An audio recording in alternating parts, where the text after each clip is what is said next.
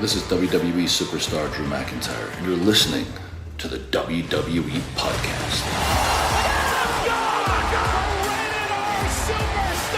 The champ is the one that everybody wants, me. Becky Lynch is going to WrestleMania. Claymore! Austin 316 says I just whipped your ass. This is my iron. You're going to acknowledge me. What's going on, guys? We're back in action here, back in the studio here on this Sunday, July 13th, 2025. Boy, lots happened in the last 24 hours. Saturday night main event has come and gone. One that will probably be remembered for a while, and not for a good reason. With the Seth Rollins injury, we're going to dive into that in a moment. But, overall, I will say, I thought it was a really good Saturday night main event. I did. I don't have a ton to complain about. We'll go through it match by match. I'll give you my nitpicks as I do. But overall, I thought it was a successful Saturday night main event for what Saturday night main events should be. And that is a C-level PLE. That's what they are, that recur regularly. And they just are kind of a stopgap between actual PLEs. And the next one, beyond the Evolution one tonight, is SummerSlam in just a couple of weeks. So here we go. Don't blink, because here comes another. And I want to thank everybody for joining us on Patreon. I know that the chat was lively, and I hope everyone has enjoyed that chat. You can get on that free chat by joining us on Patreon at patreon.com/WWE Podcast. You can also go onto Apple and go ad-free as well. So a couple of places you can go to get rid of those pesky ads that you hear. But I want to dive into the Seth Rollins injury. How can I not start with this? Seth Rollins takes on LA Knight in a match that was going pretty well.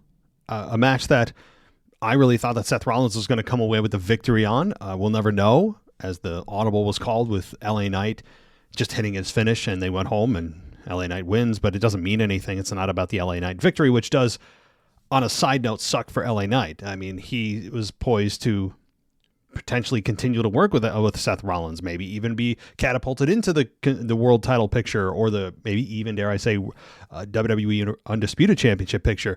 But we'll never know. We'll never know because of the injury. And the injury, as we all saw, took place when he did a springboard moonsault that he caught himself with, as he's done a million times, and landed on his knee. And I've slowed it down, and I can't see, he didn't twist it. From what I saw, it just possibly just popped. It didn't look brutal. You didn't, sometimes you see ankle rolls or knee buckles that you can just be like, oh my God, that looks brutal. If Seth didn't get injured there, we would never have known anything happened, because it didn't look like anything happened. He's done that a million times. And I'm sure the pros will tell you, we've heard it from them, that a lot of times injuries occur with the most common moves. It's not the spectacular bumps that a lot of times injuries happen. It's the moves that you've done a million times, and that 1,000,001th time is the one that pops the injury. And Seth, we don't have a diagnosis yet. I just Googled. We do not have an official diagnosis as to what the injury is, how extensive it is. It doesn't look like he's going to be back anytime soon. This knee thing, Seth has had issues with his knees forever, and his back as well, as we know. That was, he took some time off to get surgically repaired. But this does not look good. I saw some footage after the match, as many of you have, and he's limping off, walking very slowly, needing help to walk to the back, cursing to himself, frustrated. Nothing he could do. It wasn't his fault. It wasn't LA Knight's fault. It was nobody's fault. It's just one of those damn things that happens at a really bad time in Seth's career, and we'll talk about that part of it in a moment too, not just the injury itself, but what this means moving forward for Seth and the storylines he was involved in.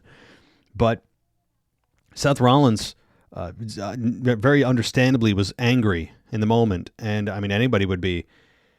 And after it happened, you can immediately tell, okay, is this him feigning an injury? Is part of the match where Paul Heyman's going to distract him, or Paul Heyman slips him some knucks, or you never know. We've seen that before as part of the match. But when the referee pulled him back, and there was more than like 10 seconds of Seth stalling, you knew something was wrong. The crowd went kind of quiet. The announcers got kind of somber, and That's when you knew something was serious. And then when the finish happened, the immediate finish where all Seth did was take a front bump. I mean, it wasn't even sold well. I'm not getting on Seth for that, but you could just tell even by the sell that there's no way that this was actually supposed to happen. This is real, 100%. This is not a BS, kind of meta story. No, this is real. And now it just is a matter of how extensive is the injury. Is it the MCL? Is the ACL? Is the patella? We don't know. We don't know.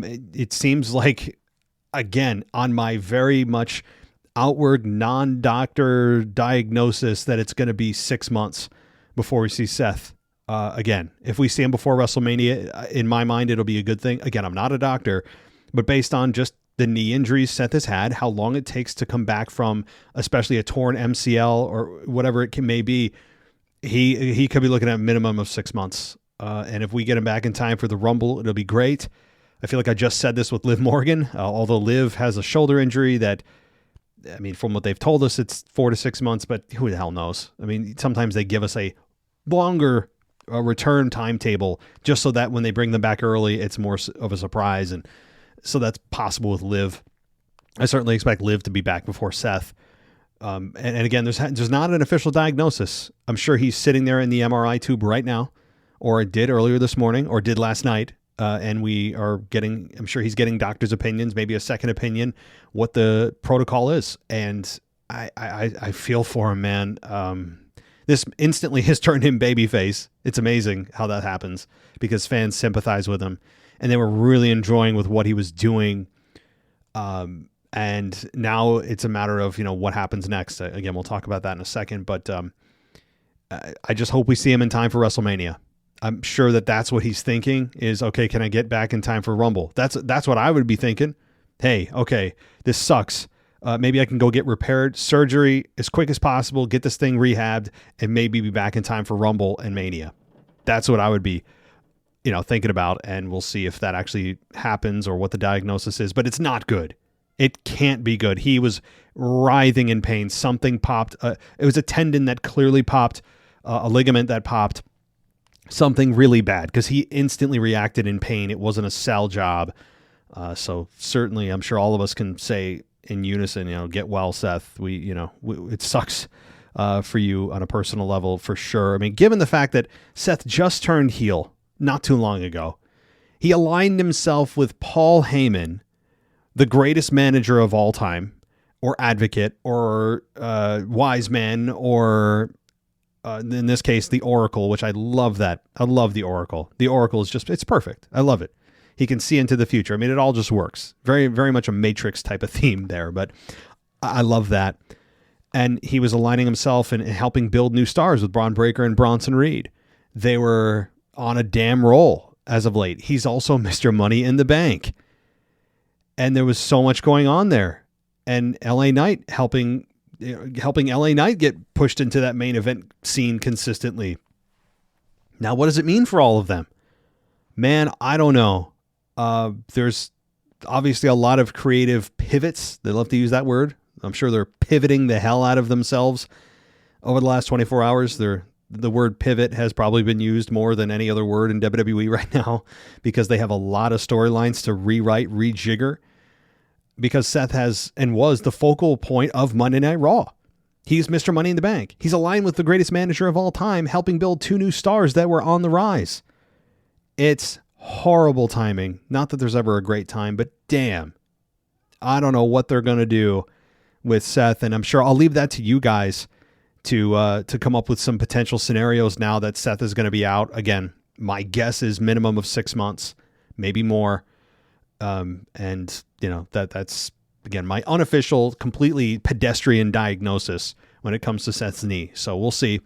But, moving forward, guys, I don't know what they're going to do with Money in the Bank. I'm sure that they're waiting to see what the doctors say to see if they need to strip him or if upon Seth's return, if he can make it back in time, he can still cash it in. That's actually what I would do. Honestly, because then Seth is coming up on potentially having to get that 1 year timeline in where you either cash it in or you lose it.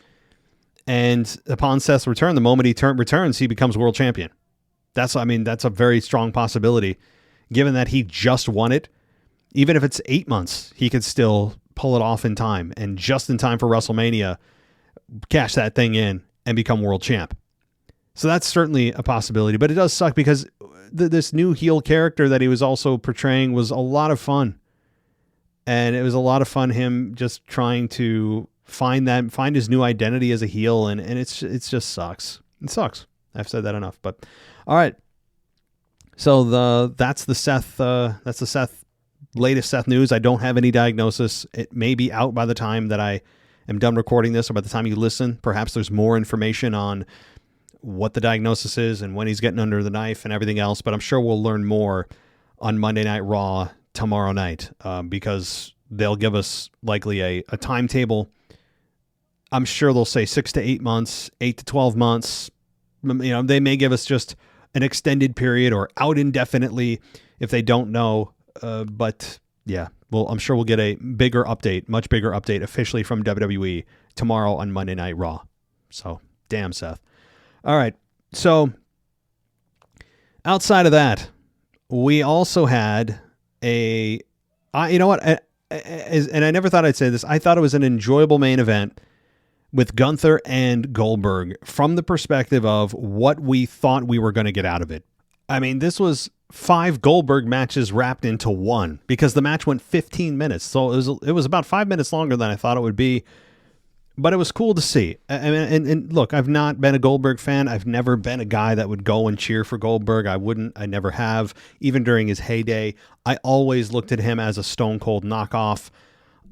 He looked the part, super intense, seems like a legitimately good guy, family guy, personable. I have nothing against him on any kind of beyond professional level. I've never been a fan of his, in-ring ability and all that. It just never appealed to me. But I still think that this was as good of a match from Goldberg as we've ever seen. It's a shame that we didn't get this over his WWE run in the last 6 years, 7 years, 8 years, whatever it's been, as he's been in and out. And having him lose was the right call. There was no need to fool around. There was some moments where you thought, whoa, they might pivot here. They might do something crazy to get the social media buzzing, and his family was there, and Gunther did exactly what I thought he would, taunting his family. He shoved his son.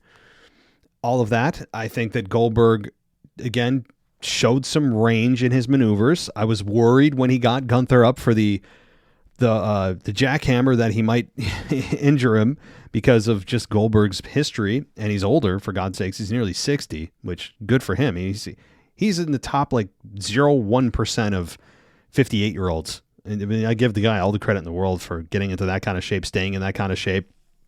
So I wouldn't want to mess with him. He's a legit badass. But I would say that, again, in ring, he's never been my favorite. That's all there is to it. And it was cool seeing Goldberg's family. Gunther does win in a way that wasn't my favorite.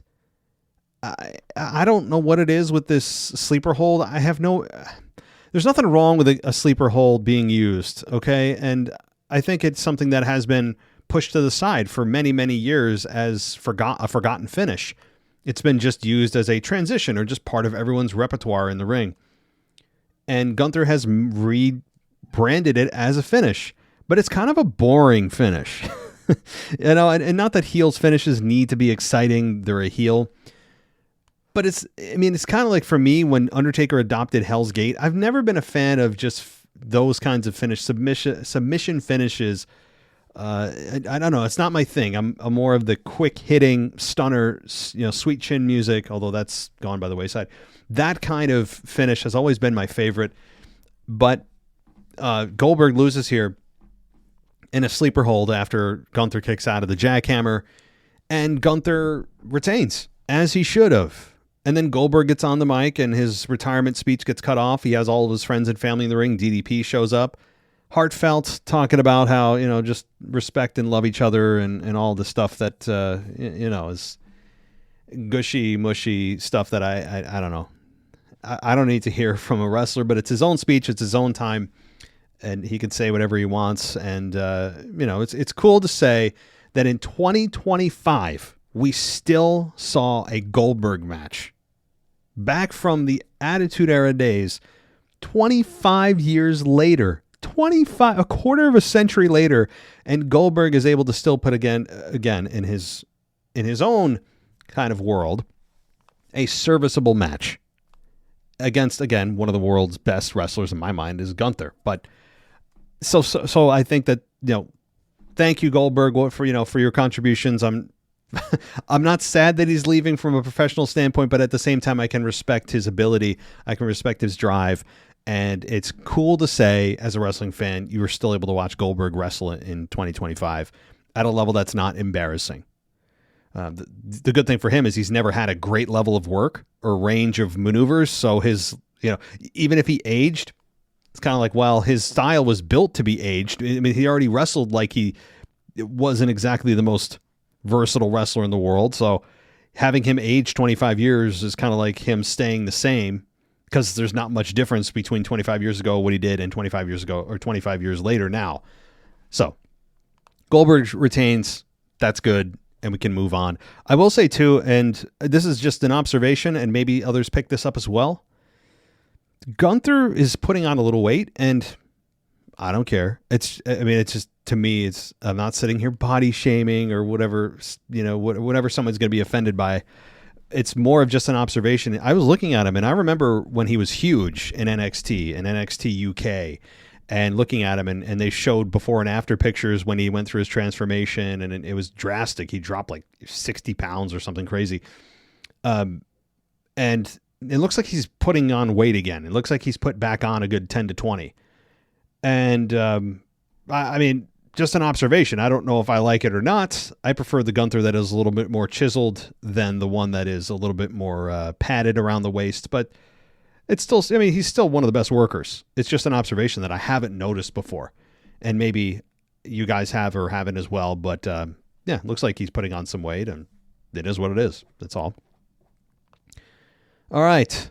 So that is it with the those two matches. Now, let's talk about Do I Dare? Oh, I'm trying to see if I have. What do I talk about? I'm scared. All right, let's talk about Jelly Roll. All right, we've got to talk about Jelly Roll because I have some issues with this, as expected. All right, now on SmackDown, we saw Jelly Roll get interrupted by Logan Paul, and Logan Paul maybe cut the best promo of his career on SmackDown, talking about Jelly Roll and how he may have the faces or names of his kid tattooed. He may be the only guy that has the names of his kids tattooed on his arm that he doesn't have custody of or something. I was just like, that's awesome.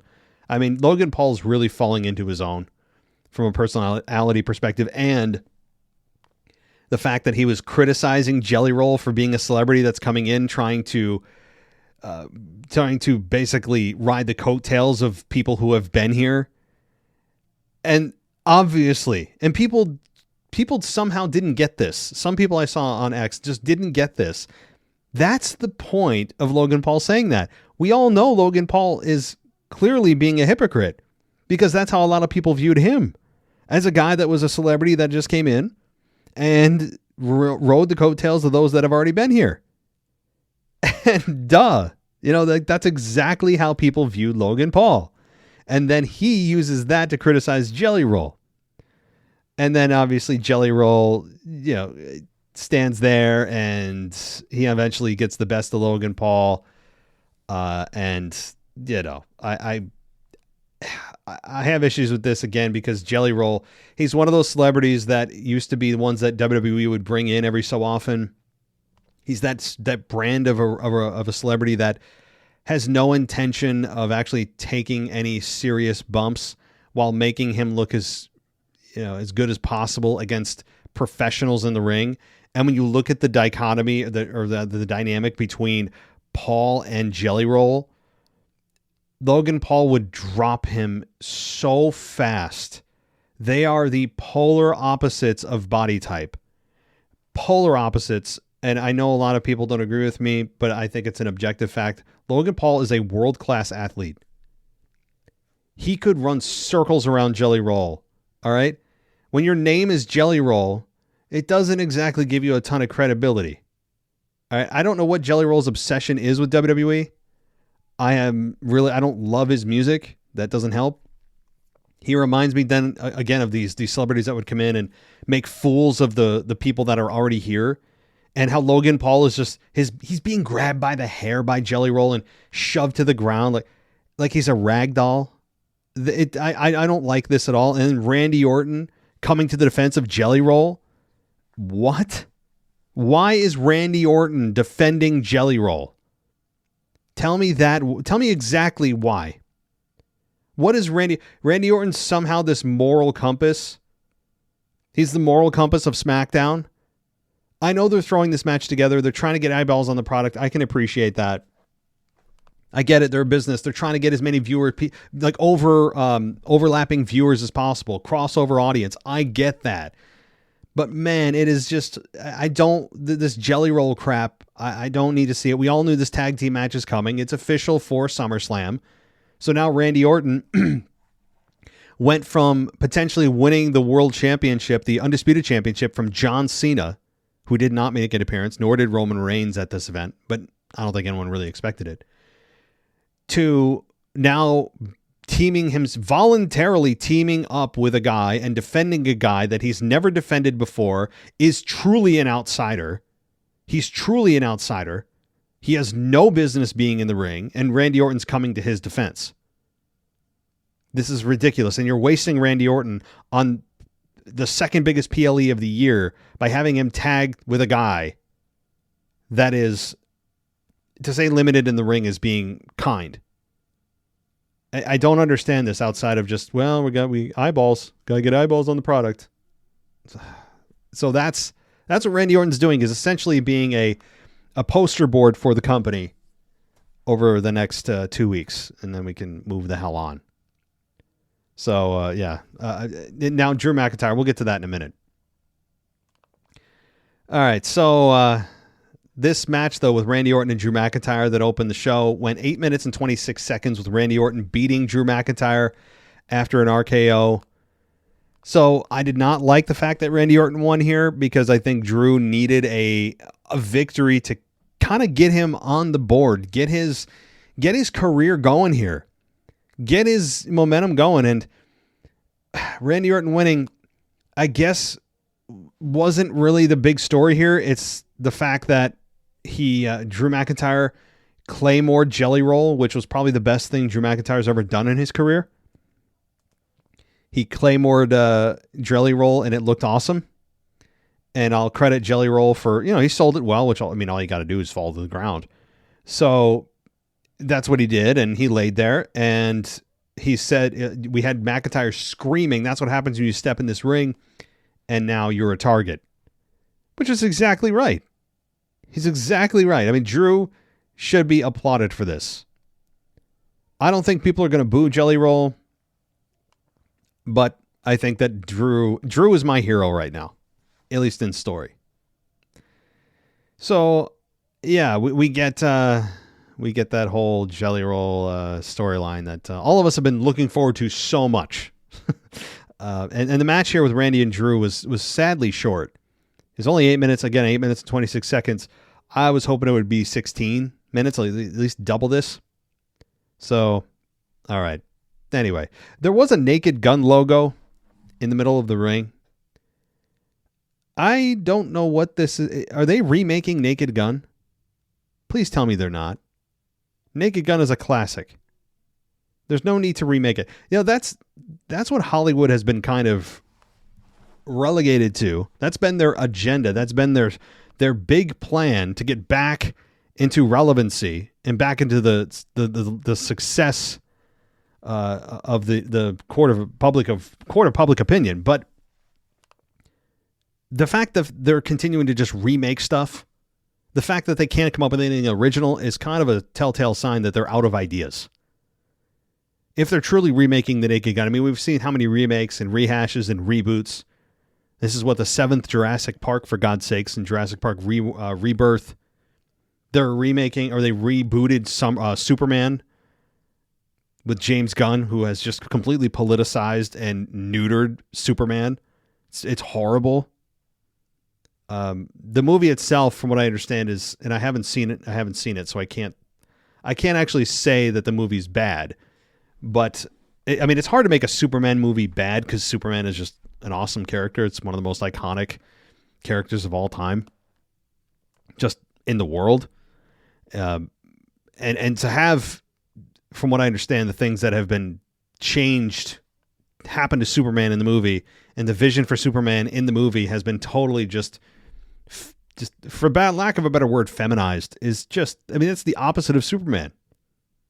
Truth, justice, and the American way has been completely shattered for just, the sake of the political beliefs of Hollywood. That's what it is. I mean, that's what it is. I'm calling it like it is. However, moving on, I don't want to get on too much of a tangent. I know some of you hate that. I don't know what to tell you. I just call this show I really thought about making a podcast called just Tangent. That way, you know what you're getting into right away. You don't have to be like, oh my God, I thought he was going to talk about this. And then he went off talking about this. It's like, well, the name of the show should probably have given you a clue that, I'm not going to stay on topic for too long. I wonder if anyone's done that. There should be a show called Tangent. I know there's a highly successful podcast called Whatever. We all know that show, which is a great idea because you don't have to stick to any one topic. It's literally about whatever. Okay. So, let's continue here. We only got one more match that we haven't talked about, and then a segment here with Jade and Naomi. But Solo Sikoa versus Jimmy Uso for the United States Championship. Solo beats Jimmy in 10 minutes and 50 seconds to retain the U.S. title. And we had the finish being Sikoa rolling to the floor, allowing Uso to dive on top of him.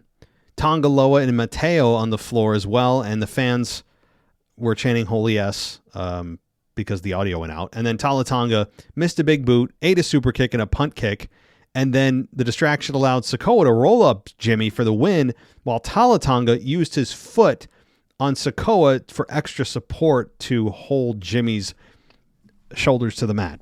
So we have Solo win, and after the match, Sikoa and his goons continue to attack Uso, and Jacob Fatu runs out, clears the ring of Mateo and Tongaloa, and then squared off with Tala Tonga. He ate a big boot. Tonga missed the charge, and Fatu sent him over the top rope, and then Fatu dove onto Tala Tonga and Sikoa on the floor.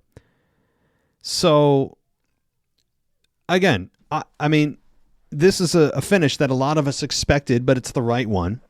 Jimmy Uso is... he's still trying to find. I think he's trying to find his way. He hasn't really quite found it yet. Solo Sikoa continues to win the big matches, but lose every other match in between. He and his group, I have to say, have been kind of I don't want to say flop. They don't have their identities squared away. There's too many of them, and so many of them have been introduced in the last few months that we're all losing track of who's who and why it matters. The only one that a lot of us know now, beyond Solo, is Tala Tonga because he's the 7-foot guy. I don't know. Does anybody know if there's any more of these Samoans out there? I mean, if we're going to do it, just bring them all in. I didn't know there were this many. I really didn't. Maybe they should bring out that family tree that The Rock showed a couple of years ago before WrestleMania 40 at that press conference in Vegas. But bring that back out because I need that to keep track of who the hell's who and how many of them there are. So, are there really any more? I'm done with it. Tala Tonga and Tongaloa and Solo and all the rest. It's like a spinoff of a spinoff, and spinoffs of spinoffs very rarely work. The OG whatever is almost always the best. The only exception I can think of in the movie industry anyway, which the sequel was better, is Terminator 2. I think Terminator 2 is maybe perhaps the best in the entire series. Despite all the reboots, all of the, rebirths, all of it, I think Terminator 2 was the best. It was better than Terminator 1. So, again, that's one example of few that may exist. And I just don't think that this is a storyline that people care all that much about anymore. Outside of just solos with a bunch of guys that are related to him and they cheat to win. There's no true identities of these men.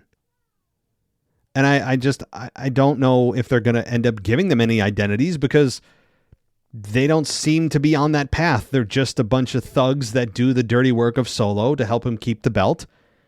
I don't see this group splitting up anytime soon because if they split them up, they'd have nowhere to really go with them.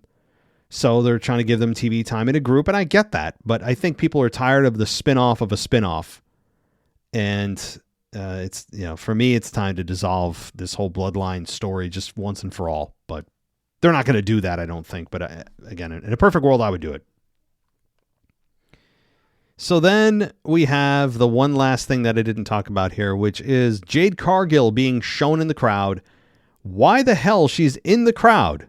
As I've said, for so many damn of these PLEs that WWE has this obsession with the visual of stars, including WWE stars, who are sitting in the crowd instead of, in backstage areas where there's catering and, the actual friends of those people and family members that they've brought.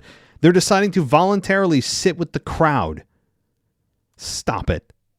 I understand it's here that they do it for visual. Sometimes they do it with wrestlers to start an angle or to have an assault. And in this case, Naomi attacked Jade from behind. And but to be fair, Jade has attacked her from behind. Jade attacked her from behind on SmackDown. And it's like, Jade, WWE, they can't be really too worried about just keeping Jade a babyface. If you're going to have a babyface attack a heel from behind, you can't be then tell me you're too worried about making sure that people don't boo Jade. So they didn't really boo Naomi either. There was a slight negative reaction for her, but Jade ends up kind of retaliating, and it ended up being pretty even keel when it all got settled, and the security team comes out and keeps them apart. And we had Nick Aldis come on the mic and say, okay, you guys, I knew this was going to happen. I wanted to talk to you backstage like professionals, but since you're going to act like this, I'll just tell you now that your special referee for tomorrow night, meaning tonight, for Evolution, is none other than Bianca Belair. And she comes out. Big reaction for Bianca, I have to say. The crowd really seemed to be on her side. An interesting dynamic. I like this. I really like this because there's so many different scenarios that they could go with here. Really only three. I don't want to over dramatize it. One, she calls it down the middle. There's no hanky panky. She just is there to, and there's just nothing interesting that happens. She's the referee and she calls it down the middle very fair and square. Second is she stays on the babyface side. Naomi tries to cheat. She helps, or she catches Naomi trying to cheat, and she, eventually sees Jade win 1, 2, 3. The other is she turns heel. That's the third and the most interesting option is she turns heel with Naomi. They really want to go that road. They could. I think it's very possible. They could finally be getting to a Jade versus Bianca matchup. The matchup that I think a lot of us thought of when Jade first came to the company. Jade versus Bianca. Is Jade ready for it? Is really the question. That's the only thing holding everything up is Jade ready for it? Because I think the crowd, I do wonder if they tried to turn Naomi, or rather try to turn Bianca heel in this match by being special referee. She screws over Jade, gives Naomi the victory, which again, I think is the most interesting by a long shot out of the three options. Then you do run the risk of having the crowd still not get behind Jade. Even though she was screwed out of the victory, even though you have something bad happen to her, she didn't do anything wrong, I still believe you could have and run the risk of people booing Jade. The reason is, until you fix the root of the issue, which is that people just aren't connected to Jade Cargill, you're still going to run this risk of, no matter what you do, people continuing to boo Jade or not react to her at all, which is even worse. So the root of the issue, as I've discussed and will to discuss until WWE freaking realizes that, oh yeah, wow, that's probably why people aren't reacting. They aren't connected to her on any emotional level. They look at her as, a woman that's, she's a statue. She's statuesque. She's incredibly she's got an incredible physique. We all know that. But that only gets you so far. And so until they fix the actual problem, they're going to continue to see Jade get this reaction of mildly, supportive from the crowd to at times quiet. So we'll see what Naomi and Bianca do. Maybe Bianca is going to turn. Maybe she doesn't. Maybe it's kind of a in between where Bianca or Naomi gets the victory, but it's because she didn't see something that Naomi did and underhanded and Naomi missed it, or rather Bianca missed it. And then Jade has an issue with Bianca and shoves her down after the match and they have a argument. Sure. I mean, there's that too. But I'm interested in this. And honestly, the Evolution PLE tonight should be quite interesting. I hope it's a show that we come back and go, all right, the promotion was kind of bad. There are, I think 7 matches on the show. I'm rooting for the show to do well. All women PLE hasn't been done in 7 years, so it's been some time. I do wonder if it's going to be an annual thing. I don't know. But I don't have any reason why or any reason to think that WWE won't deliver tonight. They've got the stage. They've got this event that fans have been asking for. When is it coming back again and again for years? And so I hope they do well. So that's the review. Quick and dirty for Saturday Night Main Event. And we now look forward all the way to tonight in just a couple of hours as I record this for the Evolution PLE that will be coming to you. And I'll be back maybe even tomorrow night with your Evolution review show, because we certainly know that there's going to be a lot to talk about coming out of that show.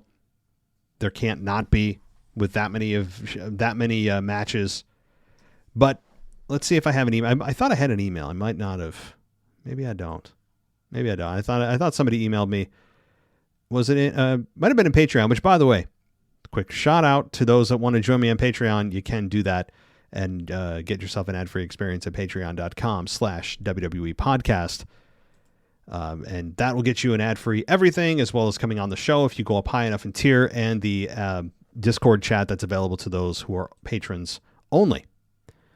So let's see. I might have let's see here. No, I don't think I do. I think we're good. So I will pause there and hope everyone enjoys the last of their Sunday as we roll into the middle of July, and then we can look forward to SummerSlam. And after that, after SummerSlam, guys, boy, it feels like summer's over, doesn't it? SummerSlam is kind of the end of the summer, it feels like, although it's a little earlier than normal this year, about 3 weeks early in my mind. But then we got a lot of other... I mean, here's the thing. If you're a wrestling fan, Seth's injury is devastating. It is devastating no matter how you look at it, because of the storylines that WWE had for him likely in the next 5 to 6 months or longer. So it stinks. But we now have to look forward to the return of Roman Reigns, who is right around the corner, probably just before or at or just after SummerSlam. So there's that. The Cody Rhodes and John Cena match. John Cena is winding down his career in the next few months. So there's that to look forward to as well. The build back up to pre-WrestleMania season is not too far away. To me, Survivor Series is really the first time you can kind of look at the landscape. So there are some things going on here that I think we have to look forward to, on top of Liv Morgan's eventual return. Is there a title change tonight? That kind of thing. I think this is, while Seth's injury is devastating, there are a lot of good things. And from what I understand, they're still looking at doing a draft. WWE is still looking at doing a draft in the next couple of months as well, towards the fall, where they'll assign stars to their respective brands. So, trying to put a positive spin on a devastating injury for Seth Rollins that I think all of us are just kind of feel for him. Kind of feel for him on a human level. So, all right. Thanks, everybody. We'll talk next time. Thanks for listening to the WWE Podcast. Don't forget to subscribe on your favorite podcast app so you don't miss a show, or head to WWEpodcast.com. And for all of these shows ad-free, head over to patreon.com/WWE Podcast. Until then, we'll see you next time.